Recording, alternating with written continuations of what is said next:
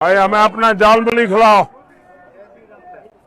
हाँ, कितने का होता है आपका जाल मूली? आप कितने का खिलाएंगे? नहीं, अच्छे वाला कितने का होता है? 10-20।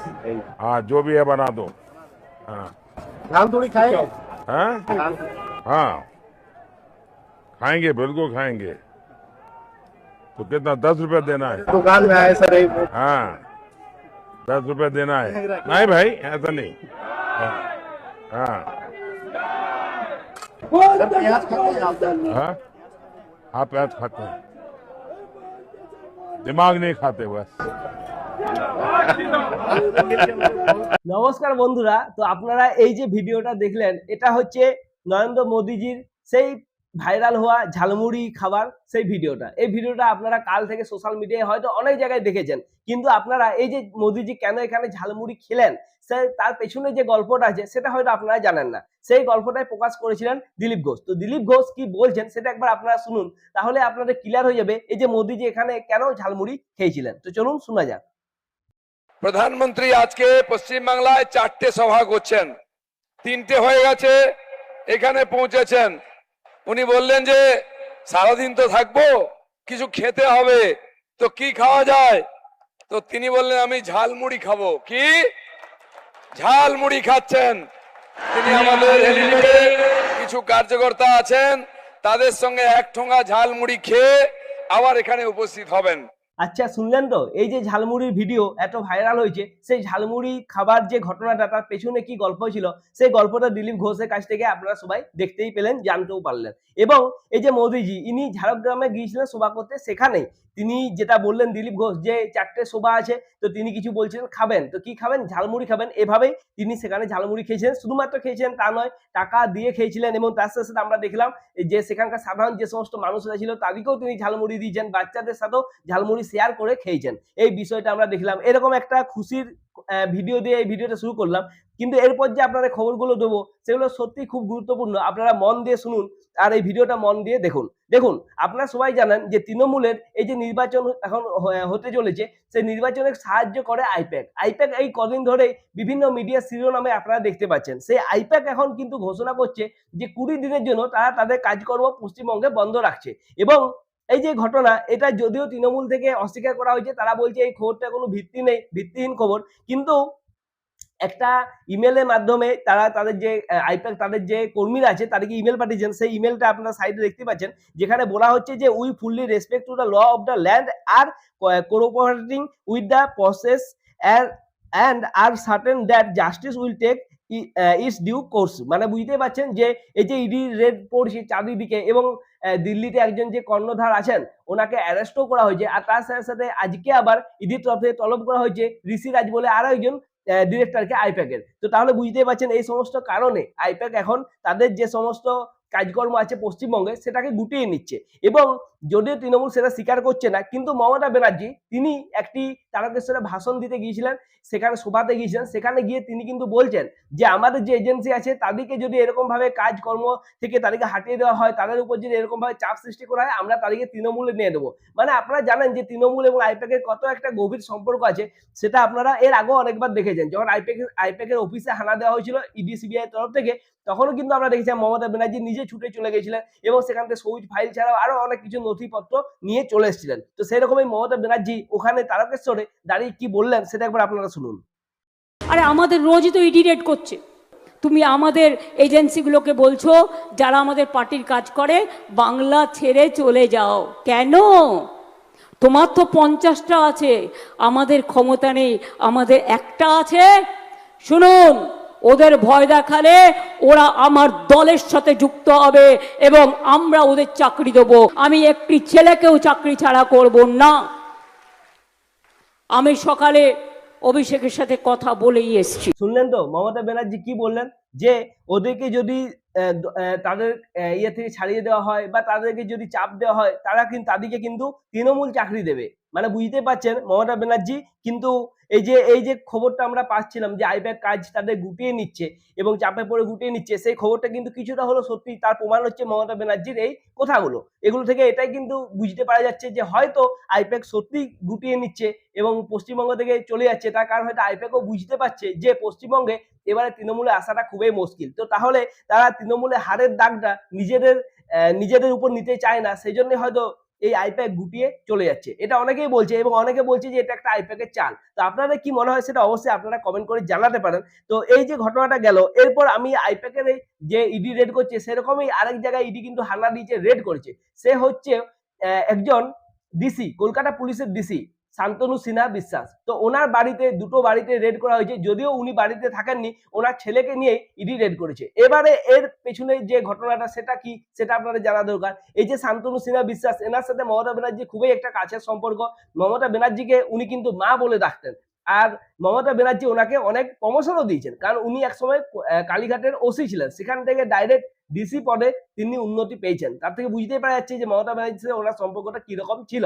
এবং কয়লা পাচার মামলায় এনার কিন্তু নাম জড়িয়ে পড়েছে এবং এর আগেও ইডি কিন্তু এনাকে ডেকেছিলেন কয়লা পাচার মামলার জন্যই। তো সেই জন্যই তার বাড়িতে রেড করা হয়েছে। তো বুঝতেই পারছেন যে এই ঘটনা থেকে যে মমতা ব্যানার্জি ওনাকে কিন্তু অনেকটা সাপোর্ট করতেন এবং কয়লা পাচার মামলায় যে দুর্নীতি হয়েছে বা যেরকম ভাবে টাকা নয়ছয় করা হয়েছে, সেই টাকা কিন্তু কোথাও একটা গিয়ে ওনার কাছেও পৌঁছেছিল এবং তার সাথে আরো অনেকের কাছে পৌঁছেছে। তো সেটাই ইডি জানার চেষ্টা করছে যে এই যে টাকাটা আছে, কান টানলে একটা কথা আছে না, সে কান টানলে মাথা চলে আসে। তো সেরকম একটা বিষয় এখানে দেখতে পাওয়া যাচ্ছে। তো এর ভবিষ্যৎ কি হবে, এই রেডের ফলে যেগুলো বেরিয়ে আসছে সেগুলো পরে আমরা অবশ্যই জানতে পারবো, তখন সেটা নিয়ে আবার এটা নিয়ে খবর করা যাবে। এরপর দেখুন আপনাদেরকে আর একটা খবর আমি দেখাতে চাই। আজকে ভিডিওটা খুব বেশি বড় করছি না, কিন্তু যে খবরটা শেষে আমি আপনাদেরকে শোনাতে চাই, এটা দেখুন মোদিজি বলছেন। তিনি কি বলছেন যে তৃণমূলের গুন্ডা বাহিনী যারা আছে তারা কিন্তু এই যেন 19 তারিখের মধ্যে থানায় গিয়ে আত্মসমর্পণ করে দেয়, কারণ তারপর 4ই মে মোদিজি কিন্তু কড়া ব্যবস্থা নেবে এদের উপর যখন বিজেপি সরকার চলে আসবে। তো মোদিজি ঠিক কি বলেছেন সেটা একবার আপনারা শুনুন, তাহলে আপনারা বুঝতে পারবেন। टीएमसी नेताओं की ये धमकियां खोखली है। इन धमकियों के पीछे टीएमसी वालों का डर है। ये डर ये है जो अब तक बंगाल के लोगों को डराते थे, वो अब बंगाल टाइगर की दहाड़ से खुद डर गए हैं। ये बंगाल टाइगर की दहाड़ है और बंगाल टाइगर कौन है? बंगाल टाइगर ये बंगाल की जनता है। आप बंगाल के टाइगर हैं। अब बंगाल की जनता दहाड़ रही है, अब नहीं सहेंगे, हटा कर रहेंगे निर्मम सरकार। আর নয়,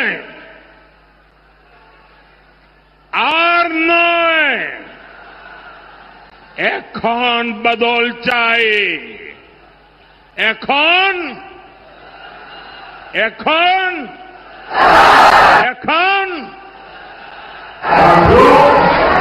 मैं टीएमसी के सभी गुंडों, सभी सिंडिकेट, सभी भ्रष्टाचारियों को एक आखिरी मौका देता हूं। 29 अप्रैल से पहले अपने अपने थाने में आत्मसमर्पण कर लो।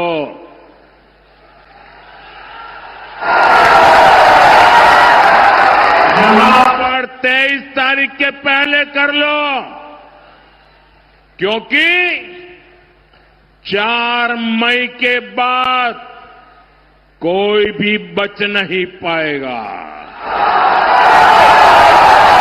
আচ্ছা, মোদিজির এই ভাষণটা আপনারা যদি মন দিয়ে শুনে থাকেন তাহলে আপনারা দেখবেন এখানে কিন্তু মোদিজি একবারও মমতা ব্যানার্জি বা অভিষেক ব্যানার্জি এদের নাম নেয়নি। হ্যাঁ, তিনি টিএমসির নাম অবশ্যই নিয়েছেন, কিন্তু এদের নাম নিচ্ছেন না। কেন নিচ্ছেন না? কারণ তিনি মনে করছেন যে এরা আর প্রাসঙ্গিক নয়। এবং তার সাথে সাথে মমতা ব্যানার্জি বা টিএমসির যে সমস্ত গুন্ডা বাহিনী রয়েছে এবং যারা অনেক রকম দুর্নীতি করেছে তাদেরকে কিন্তু তিনি পুরো বলেই দিচ্ছেন যে 29শে এপ্রিলের মধ্যে সমর্থন করে দেন নিজেদের আশেপাশে যে সমস্ত থানা আছে সেখানে গিয়ে, কারণ 4 এপ্রিলের পর থেকে তাদের উপর কিন্তু কড়া ব্যবস্থা নেওয়া হবে। তো দেখুন এরকম ভাষণ মোদিজি এর আগে কিন্তু একবারও দেননি, এবারে তিনি পুরো নির্দিষ্ট এরকম ভাষণ দিচ্ছেন, কারণ তিনিও তার জয় সম্পর্কে অনেকটাই নিশ্চিত, সেটাই কিন্তু এনার ভাষণ থেকে এবং এনার ভাষণের টোন থেকে সেটা বুঝতে পারা যাচ্ছে। তার সাথে সাথে দেখুন এই যে বিজেপি থেকে ঘোষণা করা হয়েছে, যেমন তৃণমূলে লক্ষ্মীর ভান্ডার আছে যেখানে 1500 করে টাকা দেওয়া হয়, সেখানে কিন্তু বিজেপি ঘোষণা করেছে অন্নপূর্ণ ভান্ডার। যদিও এই অন্নপূর্ণ ভান্ডার নিয়ে এর আগেও আমরা অনেকবার শুনেছি, কিন্তু এবারে সেটা তারা পুরোপুরি তাদের ইস্তেহারে প্রকাশ করে দিয়েছে এবং তারা নানা জায়গায় এই কথাটি বলছে, মানে এটি পুরোপুরি হতে চলেছে যে এই যে অন্নপূর্ণ ভান্ডার তার আওতায় আসা যে সমস্ত মহিলারা আছেন তারা সবাই কিন্তু 3000 টাকা করে পাবে। আর সেটাই এই যে সাইডে আপনারা ভিডিও দেখছেন সেখানে দেখতে পাবেন যে তৃণমূলের যারা মহিলা কর্মী সমর্থক আছে তারা একটা সভা করছেন, বা সেই যে সভা সেই সভার মধ্যে আপনারা দেখতে পাবেন অন্নপূর্ণ ভান্ডার হাতে নিয়ে তারা এই সভাটি করছেন। মানে তারা বলতে চলেছে চাইছেন যে বিজেপি এলেই কিন্তু এই অন্নপূর্ণ ভান্ডার অবশ্যই চালু হবে এবং সেটার প্রমাণ এটাই। ঠিক আছে, তো এরকম কিছু ঘটনা নিয়ে আমি আপনাদের সামনে আজকের এই ভিডিওটা নিয়ে এলাম, যেখানে আপনারা দেখলেন মোদিজি সাধারণ মানুষের সাথে কেমন ভাবে ঝালমুড়ি খেলেন এবং তার সাথে সাথে মোদিজি যে কড়া নির্দেশ দিয়েছেন সেই নির্দেশটা আপনারা দেখতে পেলেন। আর তার সাথে সাথে তৃণমূলের ভয়টাও দেখতে পেলেন। মমতা ব্যানার্জি আইপ্যাক নিয়ে সত্যি খুব ভয়ে আছেন, কারণ এই সময়ে আইপ্যাক যদি তাদের সমস্ত কাজকর্ম গুটিয়ে নেয়, কারণ দেখুন 20 দিন যদি গুটিয়ে নেয় তাহলে ভাবুন যে ভোটও শেষ হয়ে যাবে, ভোটের রেজাল্টও বেরিয়ে যাবে, আইপ্যাক সেরকম ভাবে কোনো কাজই করবে না, তাহলে তৃণমূল অনেক চাপে চলে যাবে। সেই জন্য তৃণমূলের নেত্রীও কিন্তু এটা বলছেন যে ওদিকে যদি কাজ থেকে তাড়ানো হয় আমরা ওদিকে চাকরি দেব। মানে বুঝতেই পারছেন তৃণমূল নেতার নেত্রীর যে ভয়টা সেটা এখান থেকেই প্রকাশ পাচ্ছে। তো এই ভিডিওটা আপনাদের কেমন লাগলো অবশ্যই সেটা কমেন্ট করে জানান। ভিডিও যদি ভালো লাগে ভিডিওটা অবশ্যই লাইক করুন, শেয়ার করুন আর এই চ্যানেলটিকে সাবস্ক্রাইব করুন। ছোট্ট চ্যানেল আমার একটু সাপোর্ট করুন, একটু সাবস্ক্রাইব করুন। এরকম ভিডিও আমি আবারও আপনাদের জন্য নিয়ে আসবো। নমস্কার।